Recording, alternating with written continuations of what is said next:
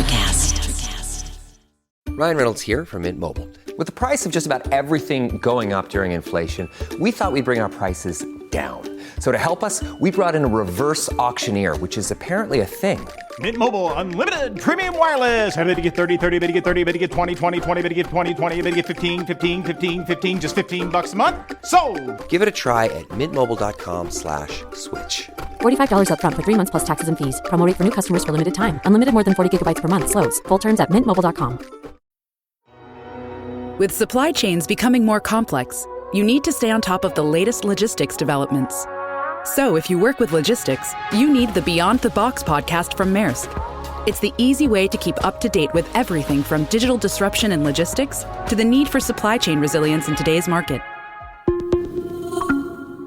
Find out more and keep ahead of the game with the Beyond the Box podcast on logistics insights at maersk.com/insights. This week on the Deep Leadership Podcast. Every organization I've worked with and had the privilege of serving, it all starts with the leaders. So the last thing I'll leave you with is if you have been having challenges in your business and you can't quite figure out, what's going on, or you see it's you think it's more of a people staff, issue, start with your leadership cabinet first. Hi, and welcome to Deep Leadership. I'm your host, John Rennie. Well, I hope all is well with you today. It's another beautiful day here in North Carolina, and I'm enjoying a hot cup of coffee from our friends at the Salty Sailor Coffee Company. Salty Sailor is a veteran-owned coffee brand and is the official coffee of the Deep Leadership Podcast.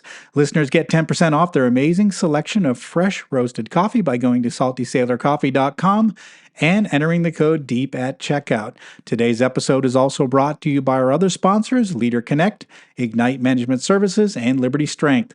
All these sponsors help me bring these shows to you each and every week, so I highly encourage you to click on their links below and check them out. In this episode of the Deep Leadership Podcast, I'm joined by Joshua Washington. Joshua is the founder of Lee Malveaux, a strategies and solutions company. And we sat down and talked about the role of leaders in business performance. Now, you know how much I care about leadership and business performance, so I love this conversation. I know you will as well. So are you ready to dive in? Let's get started.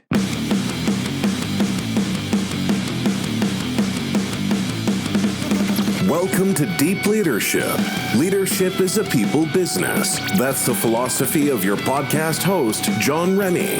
As a former Cold War submarine officer who spent 20 plus years leading businesses in corporate America before starting his own manufacturing business, he knows that leadership matters. Are you ready for some real-world actionable advice from John as well as his expert guests? I'm ready. I'm ready. The show starts right now. Welcome to the Deep Leadership Podcast. Today I'm joined by Joshua Washington. Joshua is the founder of Lee Malveaux, a people strategy and solutions company specializing in helping businesses scale by using the latest research in psychology to create work cultures that inspire peak performance. Joshua has worked with over 200 businesses for nearly a decade, from startups to multi-million-dollar enterprises. He has extensive experience training and coaching some of the brightest minds in business. He's also a top-rated keynote speaker who has spoken in front of audiences of up to 5,000 people. And I'm excited to have him on the show to talk about the role of leaders in business performance. So, Joshua, welcome to the show. Thanks for having me, man. I'm happy to be on. Yeah, it's great to meet you. And I'm really excited to talk about kind of what you do and what you've learned over the years talking with entrepreneurs and business owners and business leaders. But first of all, tell us a little bit about your background and how you developed an interest in communication and human behavior. Yeah, man, that's quite a journey it's been. I always, whenever I'm asked this question, I think about when I was leaving off to college, what I told my mom I wanted to do. I said, Mom, I want to go do music and something that involves loving people. So that was my career plan at that point.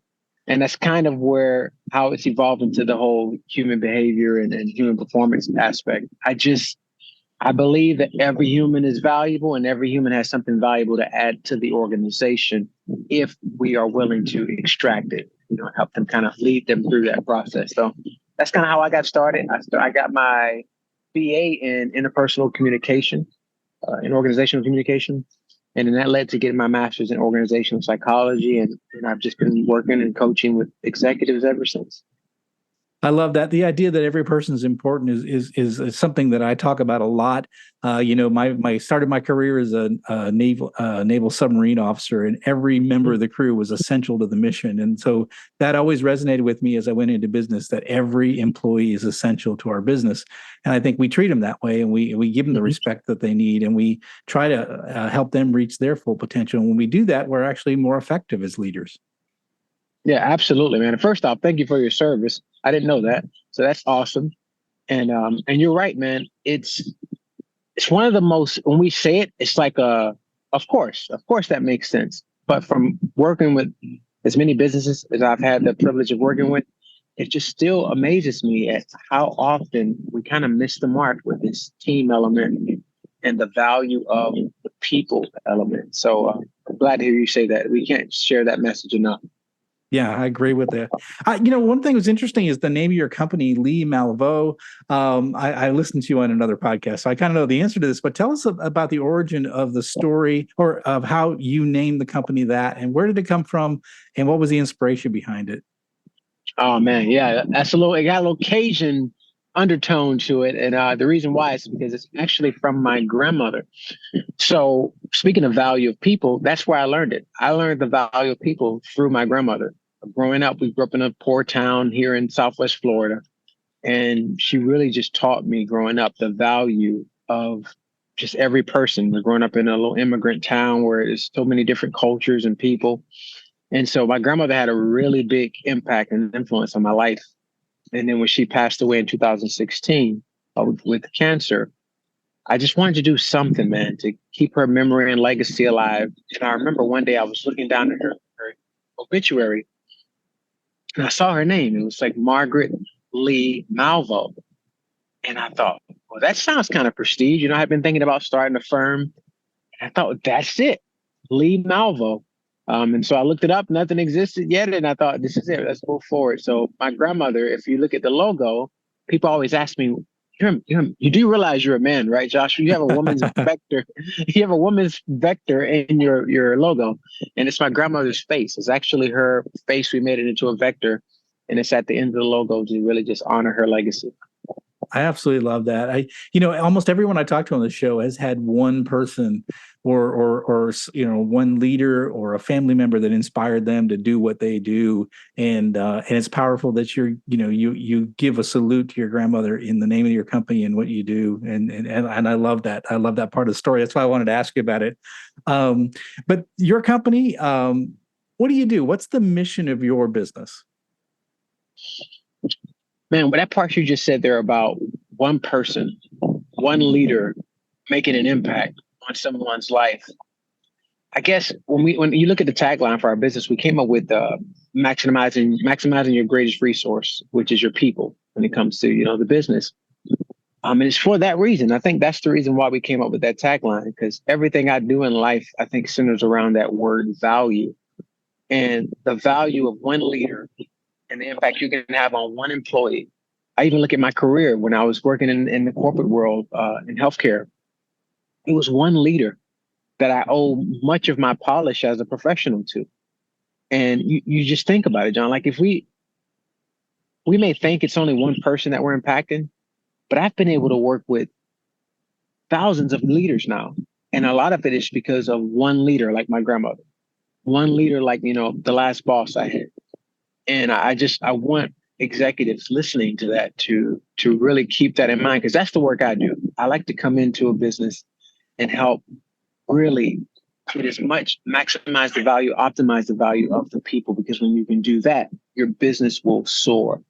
And that's really why we look at a lot of the scientific side of the business, the behavioral side, because that's what pushes productivity. The HR trends, they just looked at Innovate HR just came out with a report talking about how there's like a bottleneck. They call it the productivity paradox, where we're seeing a lot of organizations are struggling with getting more productivity out of their people.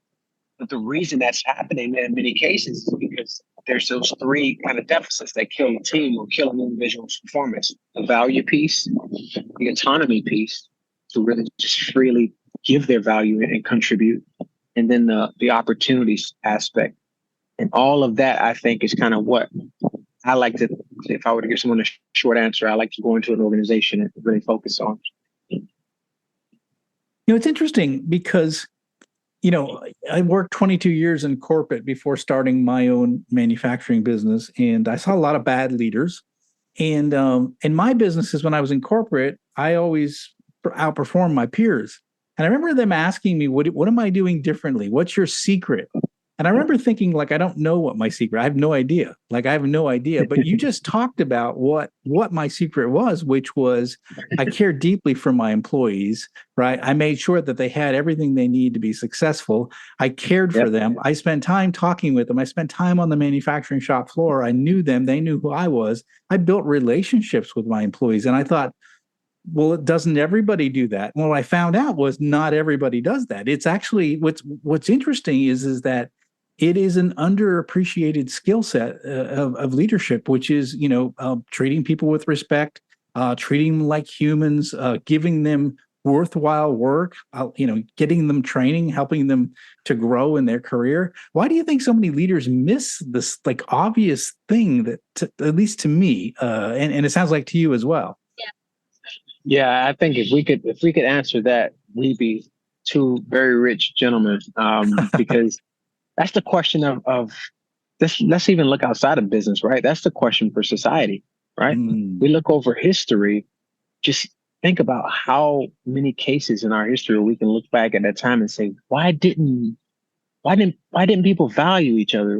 Why did we make color of skin a reason to not love each other, not be kind to one another, not respect one another? Why do we let, you name it, whatever it is, ethnicity, whatever, taste buds, whatever cause us division? And I think it kind of goes down to a core human element, which is it's very easy for us to forget that every human has something to contribute that is valuable.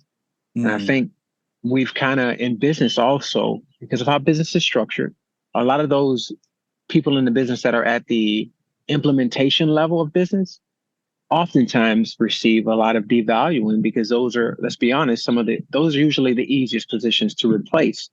And so when you start looking at a human being as a replaceable, function, then it's very easy to slide down that slippery slope of not acknowledging and honoring that person's value. And so I think a lot of it has to do with our industrial kind of structure, where a lot of those lower paying jobs in a business sometimes can be overlooked as far as the humans are concerned. I think that's why so many leaders get it wrong. Is your best performance comes when you give those people at that implementation level or the bottom level of earning, and you give them respect and you seek out their value. I mean, that's where some of the biggest grounds of innovation take place. And I think too many leaders oftentimes overlook that. Yeah, I definitely see that as well. When leaders and companies come to you and your company, what are some of the big problems they're trying to solve? It's a good question. Some of the big problems right now I'm seeing is the productivity piece. So how to get more performance out of your people, because since COVID, we've kind of blended that line between work and personal life.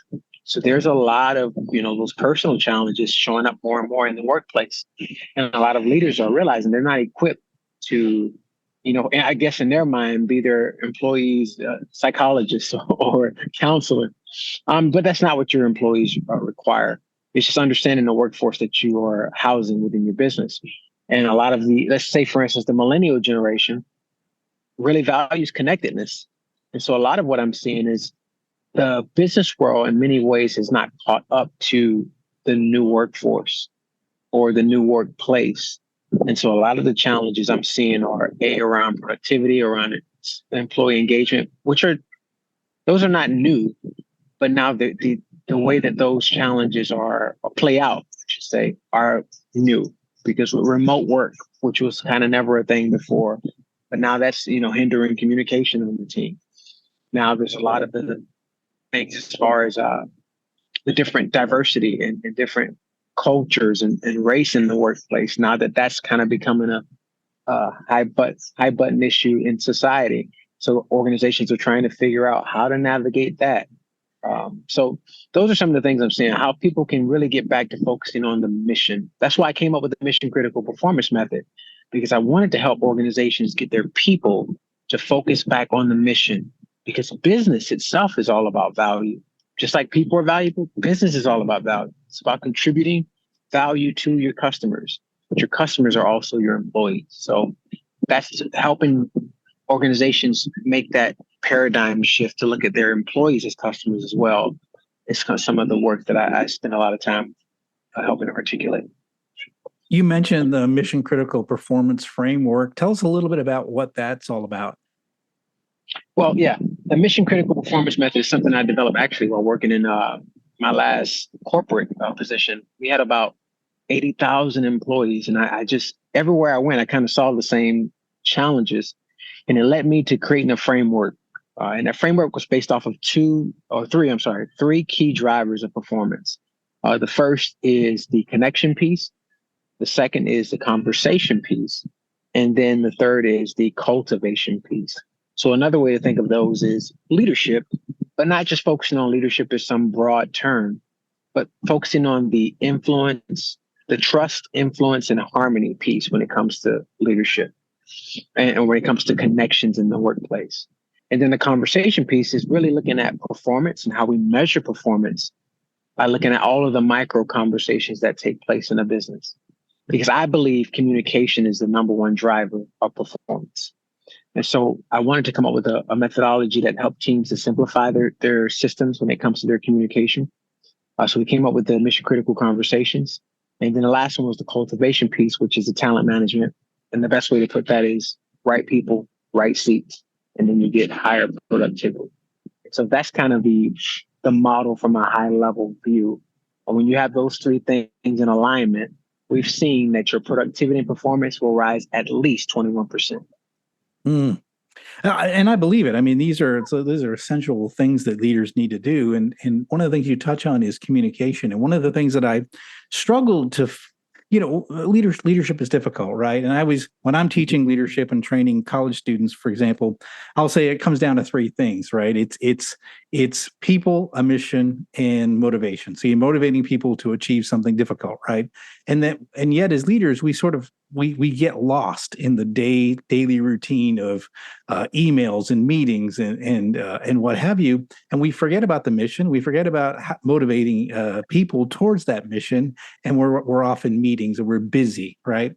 And I think when you get back down to it, when you're physically present with your employees, you're communicating with them on a daily basis, reminding them what their mission is and what their role is in helping achieve that mission, you're more likely to have success than if you're locked away in some meeting room someplace or in a call.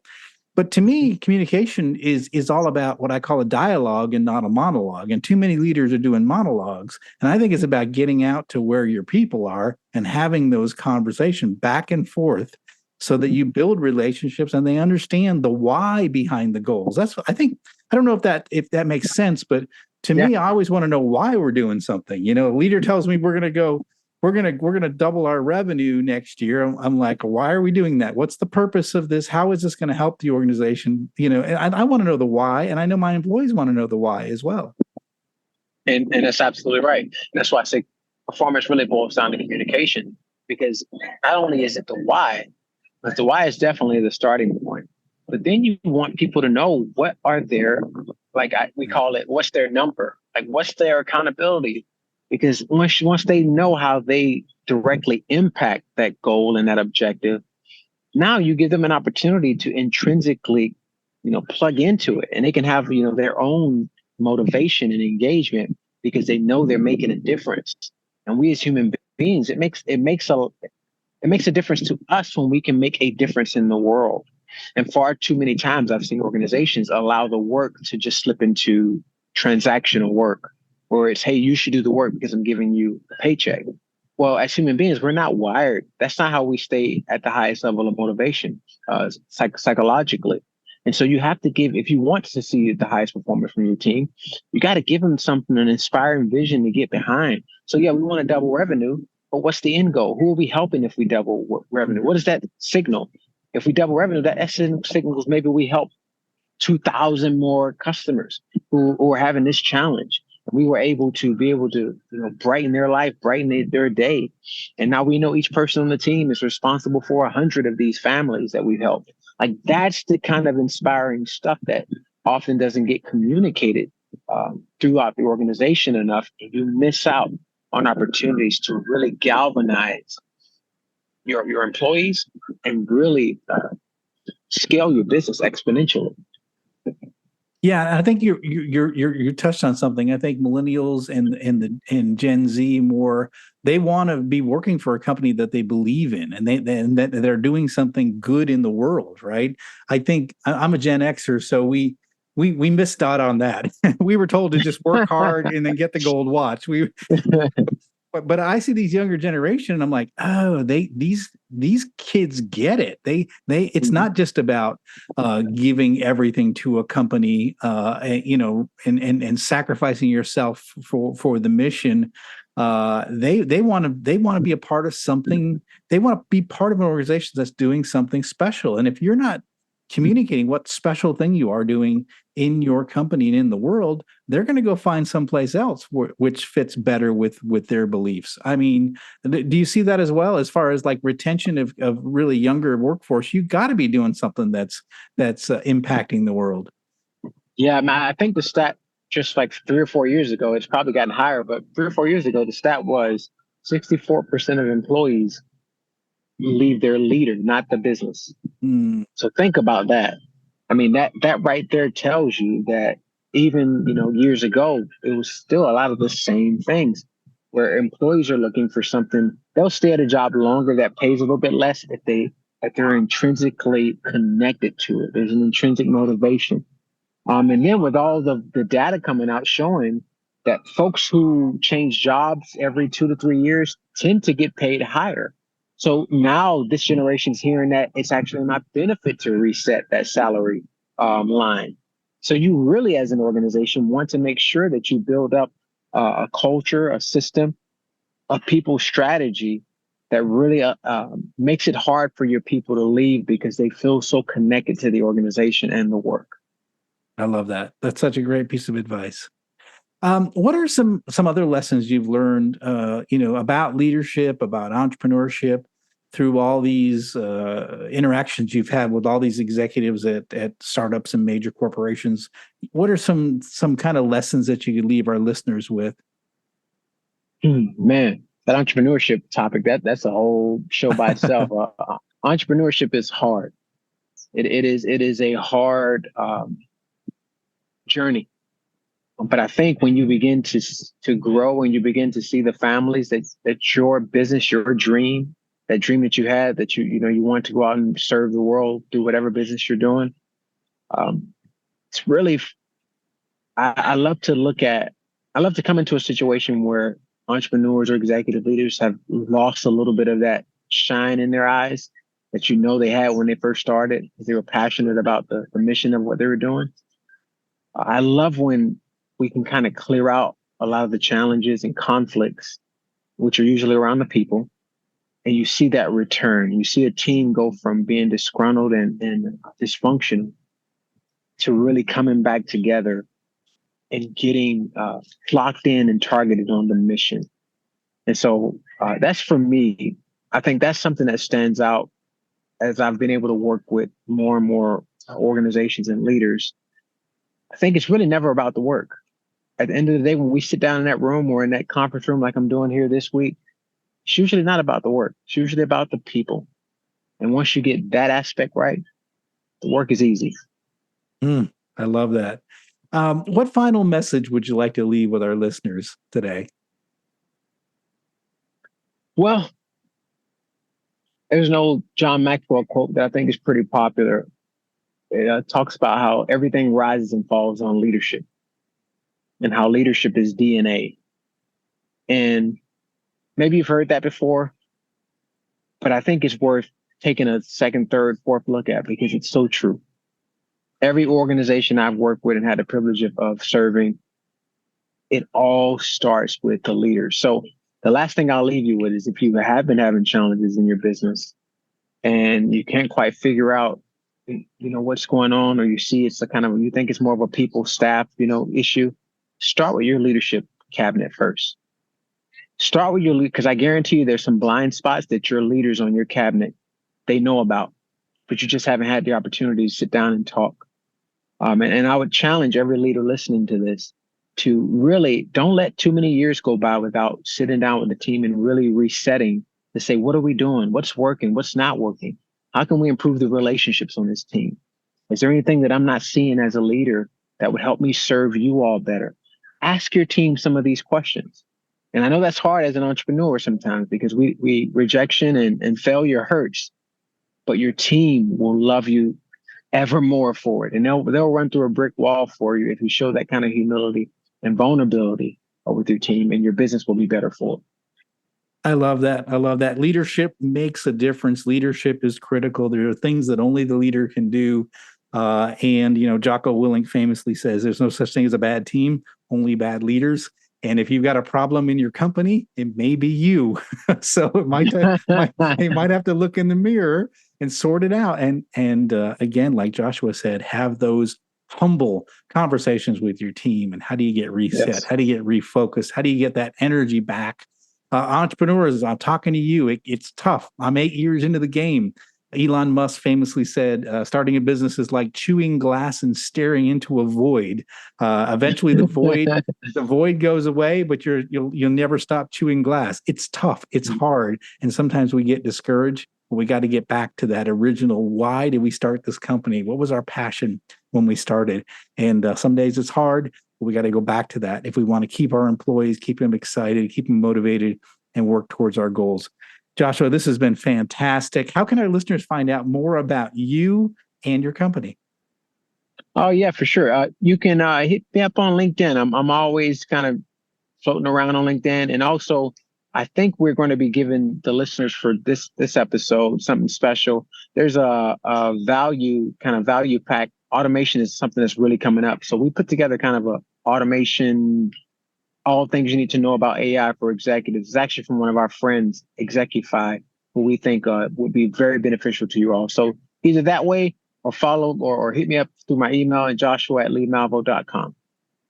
Fantastic. We're going to put links in the show notes for all of those resources. And again, if something that Joshua's talked about here resonated with you, if you had questions, if you say, well, maybe the light has gotten dim in my organization and you need help, highly encourage you to call Joshua. Get yourself a professional in there, help you re-energize it, get that light bulb shining bright again, and get your people motivated, because it's not worth it to die a slow death. Get energized, get excited, share your vision with your people, and you're going to make a difference in this world. So leadership is critical, and sometimes you need help. And Joshua is the kind of person that can help you be more effective. So Joshua, thank you for coming on the show and sharing your knowledge about this important topic.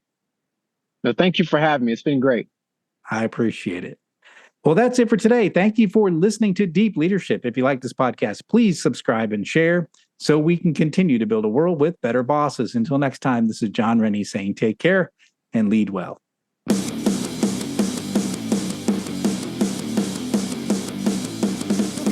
Thank you for listening to Deep Leadership. Thank you. Thank you.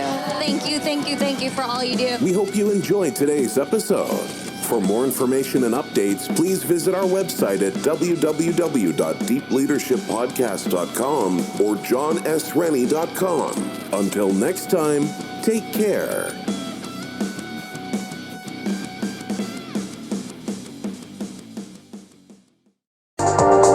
Welcome to Sarah Talk Solutions. Ladies and gentlemen, you've tuned into a bit of a different type of show. I'm Sarah B and I'm your host. You can find me on my IG, which is Aussie_Sarah_LA. I talk about amazing, relevant conversations and topics and what functions that goes on in this magical, wonderful, wonderful city of the City of Angels. My IG, which is Aussie_Sarah_LA. Electric acid. Welcome to Transforming 45, the podcast that celebrates the incredible power of passionate voices. I'm your host, Lisa Boat. Join me in conversation with heart-led humans who share their deeply personal stories of transformation. Transforming 45 is here to uplift, connect, and remind you that it's never too late to write your next chapter. So get ready to be inspired, empowered, and transformed. Join me in this community where through powerful storytelling, we heal and reclaim our inherent magic. Electricast.